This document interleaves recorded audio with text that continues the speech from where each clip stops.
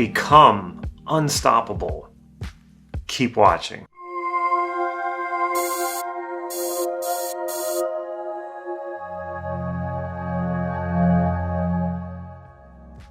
I'm Damon Cart, this is Life Mastery Gym, and I teach people just like you cutting-edge NLP processes and techniques so that you can master your life and take charge of your destiny. So if that sounds good, make sure you click that subscribe button right down here so you can get these videos on a regular basis. Sometimes people ask me, how did I get good at NLP? And my answer to that is really persistence and determination. To me, those are the key ingredients to be good at anything. If you persist long enough, if you're determined, you will get good at whatever it is you're trying to get good at, or you will accomplish whatever it is you're trying to accomplish. By the end of this video, I'm going to show you how I do it, how I generate persistence and determination. In fact, I think that's probably one of my strongest qualities.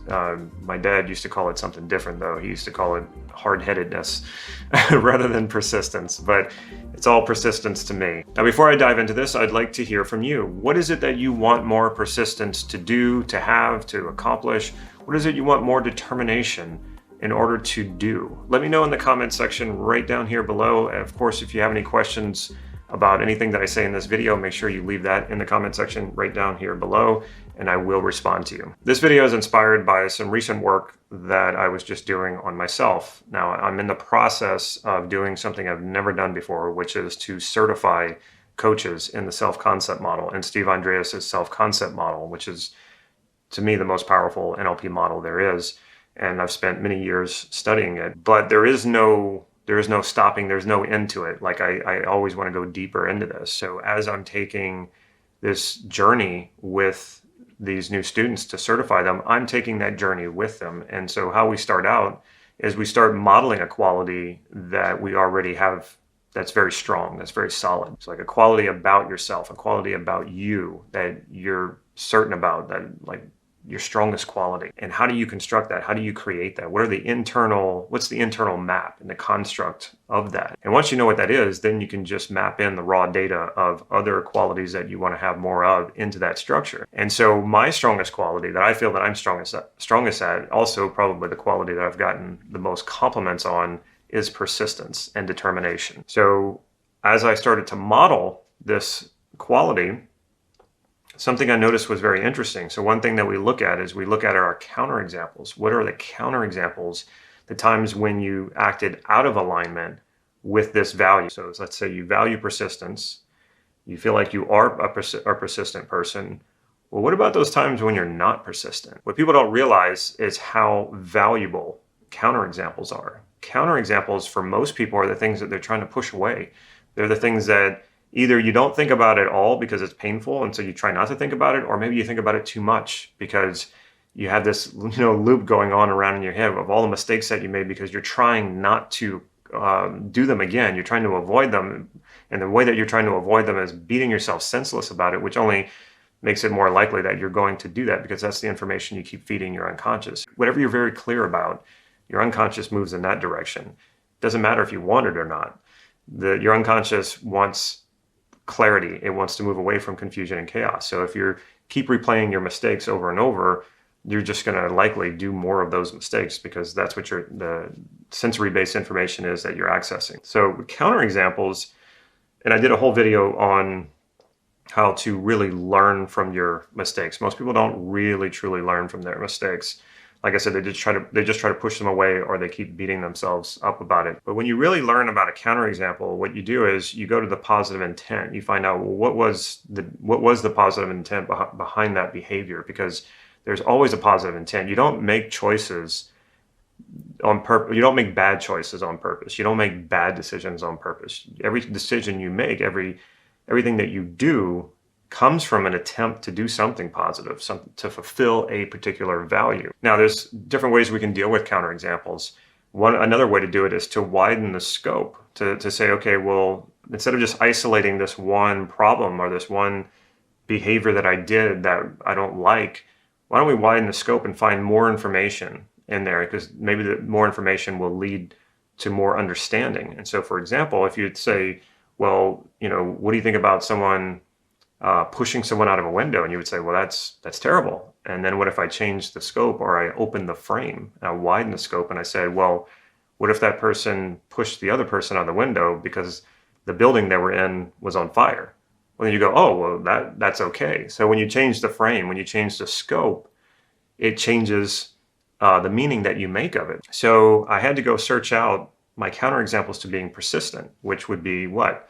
Times when I quit, times when I didn't follow through with something. And so when I went and I looked at it, I had a hard time finding my counterexamples, and I was like, this isn't good. You want to have counterexamples because they ground you. They actually make your qualities stronger when they're mixed in with your positive examples. And so I'm struggling to find counterexamples to persistence, and suddenly I realized why. Everything that I thought about that I had quit doing, I realized that there was because I was persistent in following through with an even greater value. Now, think about this. Think about times when you've quit something you were attempting to do. Most of the time when we quit something, it's because we're not being fulfilled. So either we have lost touch with whatever value we were trying to fulfill in accomplishing whatever it was that we were trying to accomplish, or there was a deeper inner wisdom that said, hey, this really isn't doing it for you. But because you weren't listening to the message, because it was maybe more unconscious, what you experienced was sort of like running out of energy, where you just kind of went, I can't do this anymore. And probably the reason for that is just it wasn't fulfilling you in any way. Because when we're fulfilled, when we are aligned with our values, there's a tremendous amount of motivation with that. There's a tremendous amount of nothing's going to stop me kind of attitude, because you're getting something out of it. You can't be disciplined and will yourself every moment of every day. You can't be that rigid. It just doesn't work that way. So at some point, you're going to kind of collapse on yourself. So what I kept finding was, yes, of course, there have been times where I quit something, I didn't follow through with something, but I couldn't find a single time where, if I looked at things more in the long term, that I had quit where I had quit on my value or the values that I was pursuing. Okay, I'm going to break this down a little bit more as we go so you understand what I mean by values. So just know that what values are. Values are just generalizations we make about something that's important to us. Let's take my insurance business, for example. I've mentioned this, I've used it as an example for so many things. I quit my insurance business more than a year ago, which was one of the best things I'd ever done. Now, I got involved in the insurance business because my dad had done it, and it looked, I liked the way that he was able to make a lot of money and not have a cap on his income, and that if he had employees, which he does, he was able to travel, and he doesn't have a boss. I thought this was really great. I thought this was something I wanted to do. Now, when I started doing it, I really didn't enjoy it. I didn't enjoy it at all, and I didn't understand why. And nothing against the insurance business. If you're in that business and you enjoy it, man, do it. Go for it. It is a good business. But it wasn't doing it for me. And I eventually quit. And I quit before I quit. What I mean by that is 5 years into it, I knew I got to find something else. And it took me about 6 years to finally make that happen. What happened there? Did I quit because I'm not persistent? No. I was persistent in my values, the values that make me happy. And in this case, passion and joy are huge values for me. I was certainly not getting any passion or joy from the insurance business. And the other value that I used that I was trying to fulfill through the insurance business was freedom. And yeah, I got some bit of freedom once I finally started making it successful, but it took a really long time. So for the majority of this, I wasn't fulfilled at all. So quitting my insurance business was actually, when I widened the scope on that, when I opened the time frame on that, it was a realization that, well, I was very persistent about finding something that I could be passionate about, like this, finding something that I really enjoyed, like this, and finding something that I could be authentic, which is what the freedom part was about, part of what it was about, like this. And also, I do enjoy the freedom of having my own business and it not being locked down. I can go anywhere I want. So it checks all the boxes. So that's why I persisted. I've been doing this business for over 6 years, I think.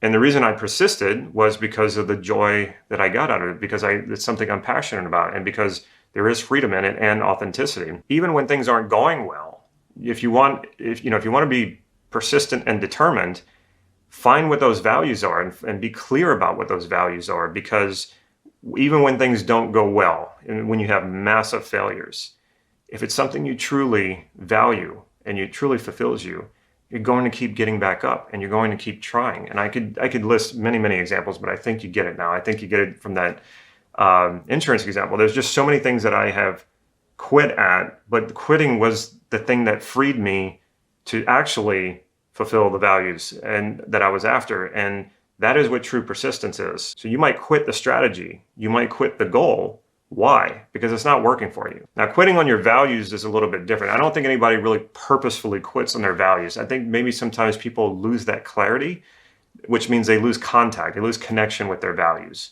And so they might end up not doing anything. They might end up on the couch just watching TV and just going to work and kind of living a zombified life, which a lot of people are doing. But that's because they've lost touch with their values. So what do? They fall on the value of comfort. It's just like, how do I make myself comfortable throughout the rest of this existence?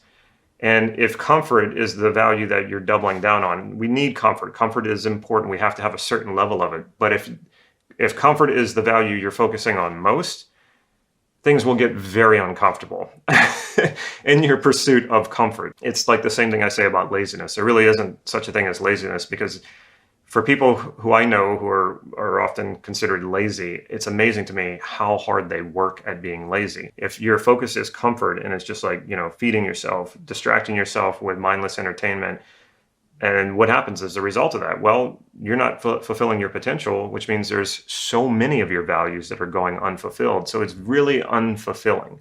And what it comes down to is comfort at that point is just about numbing yourself. And that's where we get into drugs and alcohol and lots of other things that can just distract you. That's not comfortable, and that's no kind of life to live. But when you're very clear about what your values are and you remain connected to them, meaning like every month or every few months, you go back and you re-elicit your values, and then you're just going to keep finding the same values. They get pretty solid and they don't change that much, but it's that reconnection with them that where you really feel that, and that's very motivating, and that's where you get unstoppable, persistence and determination. So you might be wondering, okay, Damon, that's great. I understand it all, but how do I apply that right now in my life? Like there's so many things that I have quit on. Like I do value my health, but I've quit my diet. I've quit working out. I've quit all those things. Or it could be a career goal or a monetary goal. And you could say, yeah, I was working at it and I quit it. And I hear what you're saying, but I'm not sure how to quite apply that. First, do a values elicitation. So once you have the values elicitation, you're very clear about what the values are behind it. Now you're not just stuck on strategies. Strategies, you have to have them, but some strategies are going to work for you and some are not. And so you go find some strategies that have worked for people, you try them out. You continue to do them if they work, you don't do them if they don't work, but you stay connected to the value. And here's the thing, here's the most important thing. What is the easiest, fastest, most immediate thing that you can do that aligns with those values that you're after? It can be something very, very simple. So I'll give you an example. I'm learning Romanian, been learning it all year. When I think about how much I've studied and how far I've come, and how much further I have to go, it's a little dizzying. Like there is so much more for me to learn that just thinking about it that way, it sort of kills the motivation for me. So I have to stop thinking about it like that. And I have to think, okay, well, what's the most immediate thing that I can do to satisfy the values that I have in learning Romanian? And so for one thing, it's practicing and finding a variety of ways to practice and learn Romanian. The other thing though, that it just gives me a tremendous amount of satisfaction when I log my hours of practice. I can't explain why, other than I can see that there's progress. So take something like learning a language, which it's hard to tell when you're progressing. It's hard to tell how much you progress, and it's basically a slow moving bus. If you practice every day like I do, you're going to get better and better at it. But it's so minute, it's so small. Sometimes it just gets frustrating and I get impatient. But logging my hours of practice every single day, that's a way that I can judge progress. I can see the hours that I've put in, and that's very satisfying to me. So find something like that. So if it's a health goal, logging your meals or your calories, just go out and exercise, and then you say, okay, I did it. I satisfied that. I'm actually doing that, and just focusing on that alone. So the main thing here to focus on is what is the thing that can immediately satisfy you as it relates to the values you have around this goal. I'll give you another example. There was a woman who I was coaching. She was originally from India. She was born in India, and her parents had moved to Canada, and she grew up in Canada. So she grew up in this rather nice lifestyle. Her father had a really good job, but they would still go visit in India. And she had a lot of cousins who actually lived in poverty, and she felt very bad about this. And so as she was growing up, she decided she wanted to end poverty in India. And this was actually at the root of why she was feeling bad about herself. And I was like, oh, wow, like, okay, you just hung this enormous thing on you, this enormous burden that you're going to have to solve in India's poverty. Like, there are so many things that are out of your control, like people who are looking out for themselves, and people who are in positions of power who are looking out for themselves and don't necessarily want to end poverty. You're up against those people. And so we got to the heart of what was at the heart of this. What was the value that was most important to her around this? And it turned out it was kindness. And I was like, oh, okay, you're not a kind person until you can solve this problem, and you can solve India's poverty problem. And as absurd as it sounded, that's exactly what she felt. That's exactly what she felt about it. And just telling her not to feel like that was not helping her. So I said, what's something you can do right after we get off this call that would be kind? And she goes, oh, I got a neighbor. She's elderly, and I could just go and check on her. And I'm like, yeah, that's wonderful. And I said, well, how would that make you feel? And she was like, well, that'd make me feel great. So just doing those small little things that you do have control over is very, very motivating. And that's what fuels persistence. And that's what fuels determination. So there's always something that you can do immediately to move yourself closer, to give you some sense of having progress. And it will give something that gives you immediate satisfaction in alignment with that value of the goal that you're trying to achieve. And one last thing, whatever you're doing, whatever you're after, a lot of times what we do is compare ourselves to others who have achieved the thing that we want to achieve, the thing that we want to be persistent and determined about. That is not a good idea. That will kill your persistence and determination, except in a very small condition here. If you can, in a healthy way, compare someone else's results with your own, in a sense of like, well, if they can do it, then I can do it. That'll help you. It'll likely help you. Or, it's this idea of like, well, I know that person. They're smart, they're talented, but they're no smarter or no more talented than I am. So I can do that too, and I can maybe compare myself in a way that I can see, well, what is it possibly that they're doing that I'm not doing? Or if they were just way ahead of you, well, what did they do? What were their mistakes so that I can avoid them? And what was the things that they did that really got them there? If you're comparing in that sense, then great. That will be helpful to you. But if you're comparing in the sense of like, oh, well, they're better than me, or even if you're doing that for people who are trying to achieve the same goal and you feel like you're ahead of them, and you say, well, oh, I'm better than them. And sometimes comparing ourselves to others can kind of give us a little bit of a boost and make us feel better. Just stay out of the comparison game altogether. You can't win that game. And the same with perfectionism. You can't win that game either. So leave those things out of it, because that will not help your determination and persistence. It will work against you. So drop those things and free your persistence and free your determination. If you want to take this deeper and you want to learn more about how to do a really solid values elicitation so you can really connect with your drive, your determination, and your persistence, in the description right here, you will find a link. Just click on that link and you'll get access to a free PDF that shows you how to elicit values. If you like this video, make sure you give it a thumbs up. And if you haven't already, make sure you hit that subscribe button and the bell so you'll be notified when I put new videos out. And last but not least, if you can think of a friend or a family member who would benefit from this video, make sure you share it with them. Take care.